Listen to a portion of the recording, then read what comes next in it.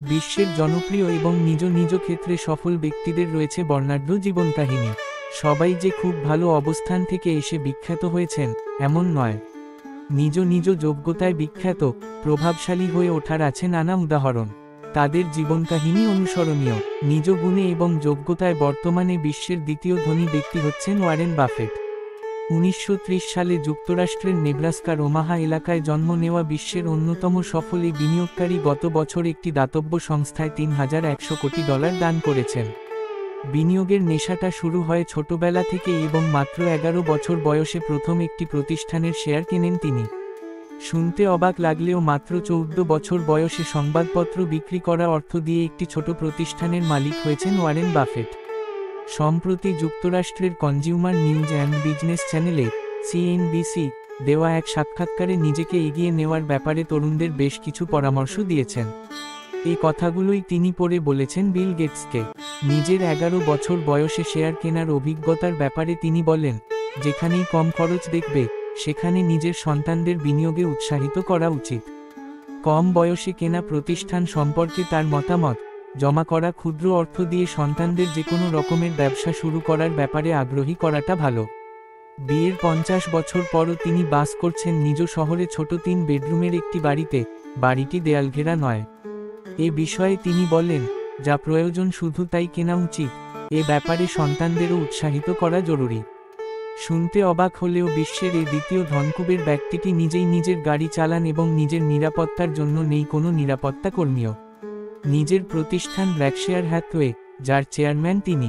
এ প্রতিষ্ঠানের অধীনে সারা বিশ্বে রয়েছে 63টি প্রতিষ্ঠান, যার মধ্যে রয়েছে বেসরকারি বিমান পরিবহন সংস্থাও।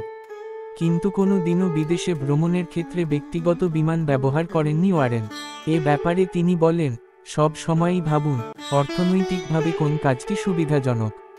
মূল প্রতিষ্ঠানের এতগুলো অঙ্গ প্রতিষ্ঠানের প্রধানদের প্রতিবছর তিনি একটিমাত্র চিঠি দেন।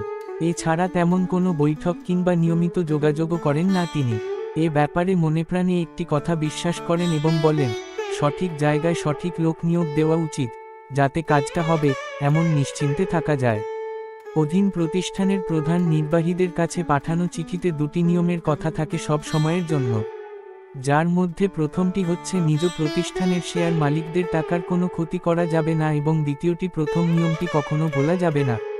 এতে করে শেয়ার মালিকদের বিশ্বাস আর এগিয়ে যাওয়ার পথ সহজ হবে।